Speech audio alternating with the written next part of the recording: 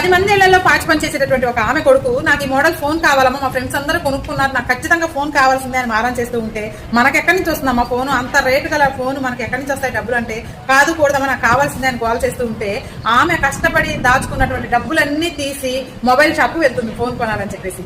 అప్పుడు ఆ షాప్ అతను ఈ డబ్బులకి ఈ మొబైల్ అయితే రాదమ్మా, మీరు అనుకున్న మొబైల్ వేరే ఫోన్ వస్తుంది, అది కూడా బాగుంటుందని చెప్పేసి సరే అండి ఇవ్వండి అని చెప్పి తీసుకుని వెళ్తుంది. కొడుక్కి ఆ ఫోన్ ఇస్తే ఇదిగో బాబు నువ్వు అడిగిన ఫోన్ అని తీసుకొస్తే నేను అడిగింది ఈ మోడల్ కాదుగా ఈ ఫోన్ తెచ్చిస్తావేంటని చెప్పేసి గట్టిగా నేలకేసి కొడతాడు. అప్పుడు ఆమె ఆ ఫోన్ వంక చూస్తూ అసలు బోర్ని ఏడుస్తూ ఉంటుంది. ఇదంతా చూస్తున్నటువంటి మొబైల్ షాప్ ఓనర్ ఉదయం నుంచి సాయంత్రం దాకా నా దగ్గర పనిచేయి, అప్పుడు నీకు ఈ మొబైల్ కావాల్సినటువంటి డబ్బులు ఇస్తాను అని చెప్తాడు. ఆ బాబుకి ఇష్టం లేకపోయినా రాకపోయినా ఉదయం నుంచి సాయంత్రం దాకా కష్టపడి పనిచేస్తాడు. అప్పుడు షాప్ ఓనరు ఒక నోట్ తీసుకొచ్చి ఈ బాబుకి ఇచ్చి, ఇదే నీకు ఈ రోజు అంతా పనిచేసినందుకు వచ్చిన డబ్బులు, నీవు ఒక 6 నెలల దాకా నా దగ్గర కష్టపడి పనిచేయి, మొబైల్ కావాల్సినటువంటి డబ్బులు వస్తాయి, నీ కొత్త ఫోన్ తెచ్చిస్తాను అని చెప్తే సరే అని చెప్పేసి 6 నెలలు బాగా కష్టపడి ఇష్టం లేకపోయినా కానీ ఆ పని రాకపోయినా కానీ ఆ మొబైల్ కోసం కష్టపడి పనిచేస్తాడు.